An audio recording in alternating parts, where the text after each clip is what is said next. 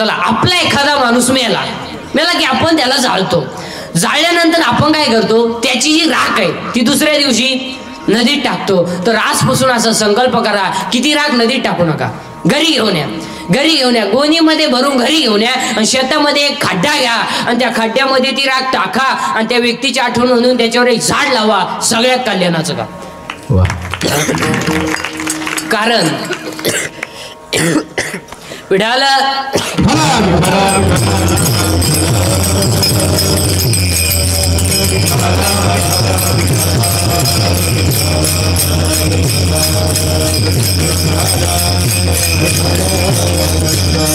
कारण नदी ही माता आहे. नद्या स्वच्छ ठेवा. आणि आज सगळ्यात दूषित जर काय झाला असेल, नदी आणि पाणी, गॅस्ट्रो, अटॅक हे जे रोग आहेत, तुम्ही एक अभ्यास करा सगळी एज्युकेटेड लोक, पांढऱ्या पेशी हा आजार पूर्वी नव्हता. मग जुन्या माणसांना पेशी नव्हत्या का. हा नवीन ॲटम आला गुडून. बरं आज सगळा खेळ कधी झालाय, हे आता तांबड्या वाढल्या, पांढऱ्या कमी झाल्या, पांढऱ्या वाढल्या, तू वाढतो ना पण गपचूप बस ना. आता हे पेशी वाढण्याचं कारण आहे का बरं की एज्युकेटेड लोक. आपण काय करतो, डॉक्टरकडे जातो. आता डॉक्टर काही पहिले सारखे आहे ब्रिलियंट नाही. पूर्वी ज्याला जास्त मार्क तो डॉक्टर व्हायचा. आता तसं नाही. आज 48% 48 ओनली. 8 लाख घालायच्या लागीच नाही. त्याचा मॅडम मेडिकलला प्रयत्न करू. तू प्रयत्न नको करू, तो पहिलाच प्रयत्न फेल गेला. आता ते पैसे सुद्धा राव डॉक्टर झालं, कायला माणसं नीट होती, त्यानं हॉस्पिटल टाकलं. पेशंट गेला उभ्यानं, काही नाहीच, झोपा आणि झोपलं. तोंड वाचवा, दात वाचवा, ओढून धरा, सोडा मोकळं, दारभर तोडून, सोडा मोकळं, दारभर तोडून, सोडा मोकळं, पालती व्हा, उताने व्हा, सरळ व्हा. माया गप्पा काय होतं तुम्हाला.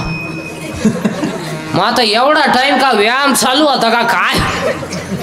लगेच कागद आणि पेन, सकाळी 3 घ्या, संध्याकाळी 3 घ्या, परवा दिवशी परत आले झोपा. अरे ते पेशी वाढण्याचं कारण आहे का बरं का एज्युकेटेड लोक. पेशी वाढण्याचं कारण आहे का, 1 व्यायाम नाही, 2 80% जनता मसालेयुक्त पदार्थ खाते. आणि त्या मसाल्याचे फक्त दोघांनाच सूत्र कळतात, त्या आचार्याला आणि किराणा दुकानदाराला. तिसऱ्याला यादीच वाचता येत नाही. नावच ऐकेल बरं लोकांना, नाव सापडत येत बा कुठं काही समजत नाही. आणि या मसालेयुक्त पदार्थांमुळं माणसांना प्रॉब्लेम आलेत, व्यायाम राहिला नाही आणि माणसं चांगल्या माणसात बसत नसल्यामुळं व्यसनाचं प्रमाण वाढलं, परिणामी पेशी वाढल्या. आता डॉक्टर कोणी असेल तर नीट ऐका. Attack is not a disease. Attack is not a disease. Attack हा रोग नाही. बावळटपणा डोक्यातून काढून टाका. It is a psychological tension. Attack काय होतो, अटॅक हा रोग नाही. असं तर डॉक्टरला का आला, त्याच्यात उशाला गोळ्या होत्या. अटॅक हा जळकाट माणसांना नाही. तो दुसऱ्याच्या दारा पुढे नवीन वा पाहिली मग बाकीचे मुले पाहुण्याची होती त्याला हे मी आलं ना. आता अटॅक काय येतो त्याची कारण सांगतो, त्याच्यावर औषध सांगतो. आता तुम्हाला 1 बोलणं बंद झालं. लोक बोलानच. प्रत्येक घरात सायलेंट शांतता आहे. 3 खोल्यांमध्ये 3 नियम चालू आहे. एका खोलीत पापेची गेम आहे, एका खोलीत गुड्डीची गेम आहे. या दोघांचं काय चाललंय यांनाच माहिती, पण अख्ख्या खोल्यांमध्ये गेम आहे. पूर्वी एसटी गारका व्हायचा, आता एसटी आली बी गेली बी, कानात वायरी नुसतं झुलायचं. एका बाईनं भात खाल्यावर वरण मागितलं, तिला समजणाच आपण काय घाल, कानात वायरी नुसतं झुलायचं. काही माणसं येडेबावळीत बसवते, अंधारात एकटीच, चैन उघडीच, चैनवर ओढायचं ध्यानच नाही. येड्या बावळीत चैनवर कानात वायरी नुसतं झुलायचं. अहो एक तर ज्या गाडीत उतरलं त्याच गाडीत परत चढलं. ते कंडक्टर म्हणले तुम्ही आता आले. पगा झाली माणसं. काही एसटीत बसत ते कंडक्टर 10 मिनिटं त्याच्या पुढं होता तिकीट काढाय. तो कधी तिकीटच काढी ना, हलत होता. त्याला कानपडीने ठेवून दिली. सहज झालं. अहो एक तर गायचं दूध काढाय गेलं कानात वायरी, मग बादली तर न्याव का नाही, अख्खं दूध खाली गेलं. अहो 2 कॉलेजच्या अवलादी मोटरसायकलवर चालल्या. एक काडी याच्या कानात, एक पुढच्याच्या कानात. बाबूरावाला धनगरवाडीत घुसला. सगळं झालं, कुत्रच आडवं आलो, वायरच गुतली, मिळालंच ते. एक तर लग्नीला गेला, फोन आला. मग चैन तर खोलाव का नाही, चैन सुद्धा खोली नाही. बुटात पाणी गेलं रे. महिला म्हणतात झोळीमध्ये पोरगं रडतंय, झोळीमध्ये पोरगं रडतंय. त्याची झोप झाली म्हणजे त्याला भूक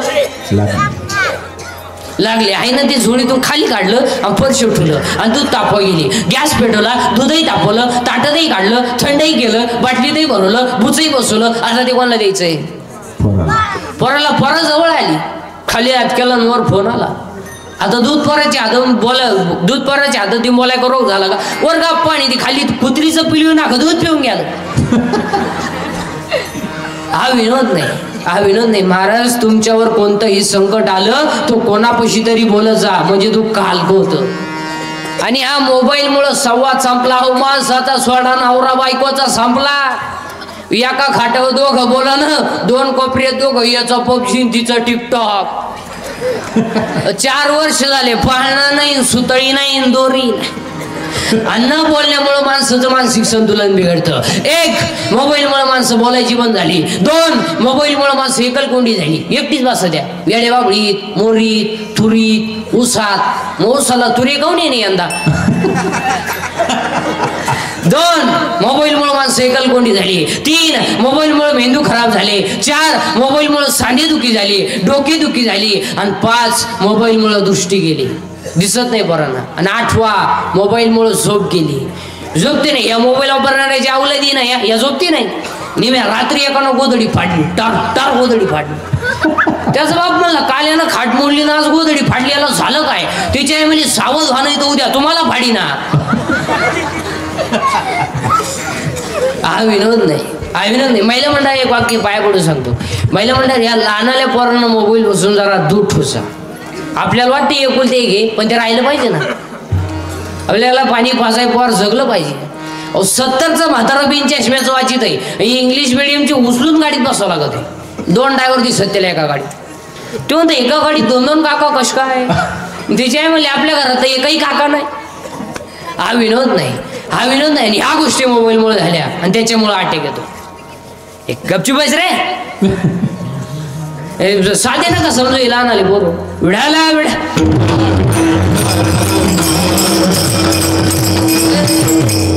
लहान आले पोरं म्हणजे काय साधे नका समजू तुम्ही.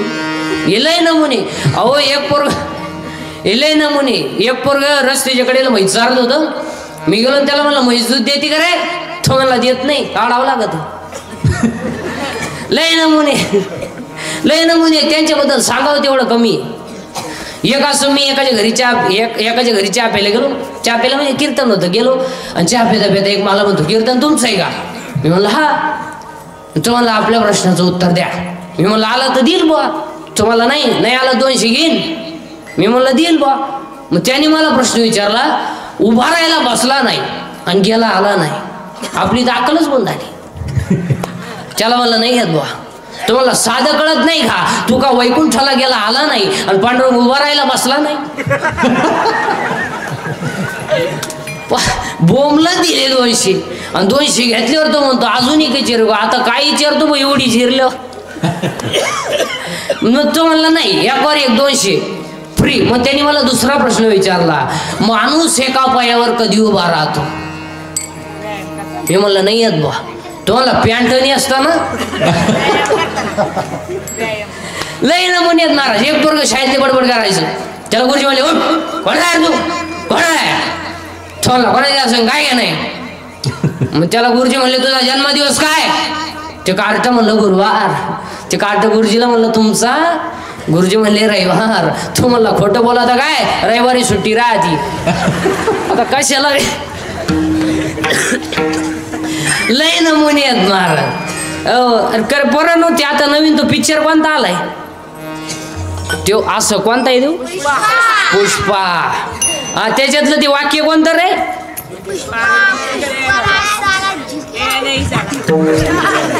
कसं कसं उभं राह उभं राह.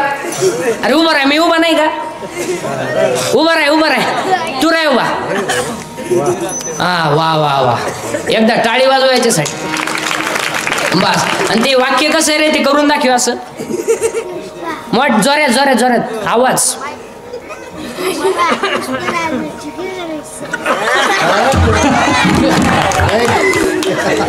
झुकेगा नहीं, झुकेगा नहीं, झुकेगा नहीं.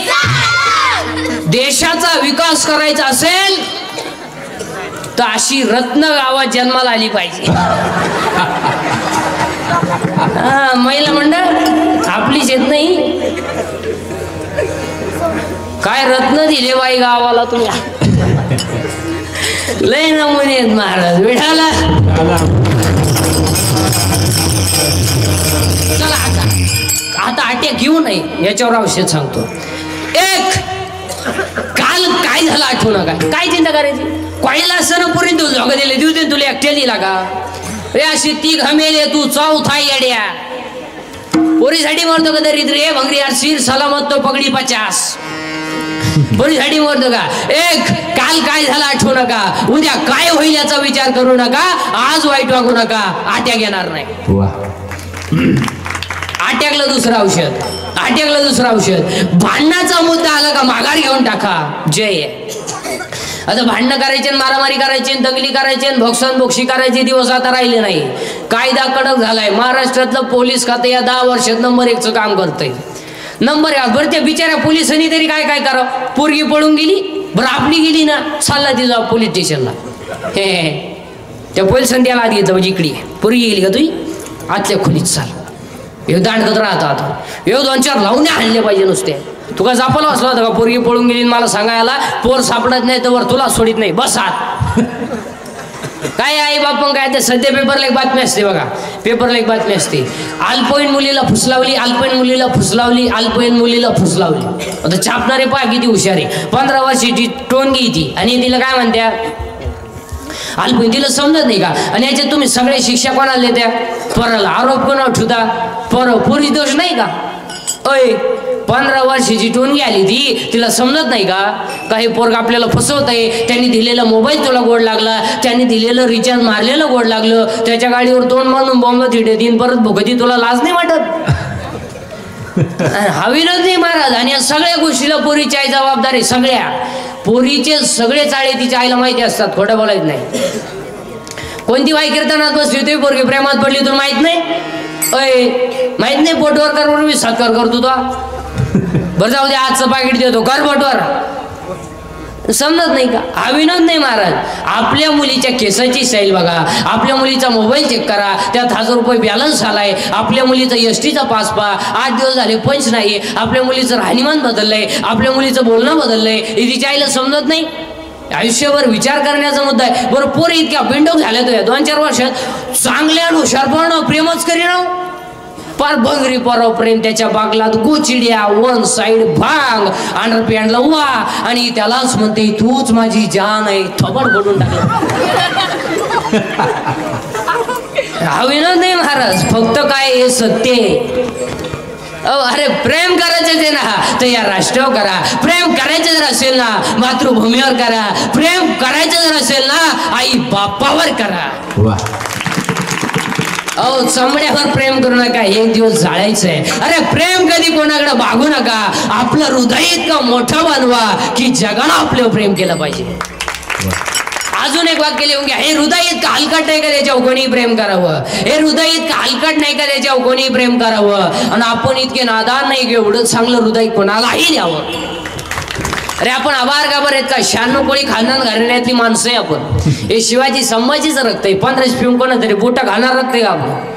चड्डीत काय मग दूध होऊन नको तो काय बावळाटा सारखं करतो. बायकोन आलं डोळे लाल करतो.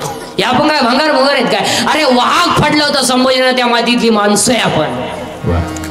अहो रेडा वेद बोललाय. अरे रेड्याची टापणी झाली नाही म्हणायची आणि भिंतीची टापणी झाली नाही चालायची. अरे इथं पाण्याची टापणी झाली का हाथा बुडवायची. तो दुसऱ्याचं काय. पाण्याची टापणी झाली का हाथा बुडवायची. अरे आळ्याला गेल्यानंतर निवृत्तीनाथ ज्ञानोबाराय सोपन काका मुक्ताबाई समोर रेडा रडला.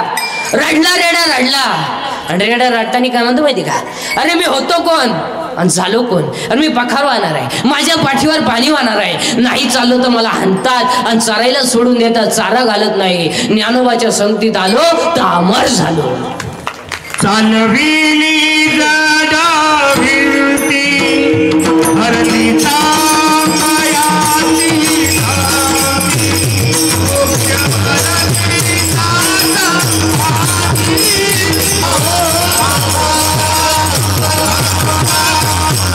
एकदा टाळी वाजवा ना. अशी टाळ वाजवते. अरे आता एवढा समज म्हणल्यावर टाळीचा आवाज कसा पाहिजे आपण? दाखवा ना मग वाजवून. आणि एक कधी ध्यानात ठेवायचं, आणि टाळी ही फक्त कीर्तनातच वाजवता येते, बाकी ठिकाणी टाळी वाजवता येत नाही. आणि जर वाजवता यायचं असेल त्यांना फक्त रस्त्यावर जाऊन वाजवून दाखवायची. मग काय घडलं तर मग त्यांनी मला सांगायचं. आणि टाळी फक्त अहो इथं नाचलं पाहिजे, इथं टाळी वाजवली पाहिजे. अहो इथं नाचता नाचता गळला देवाचा पितांबर. नाचू कीर्तनाचे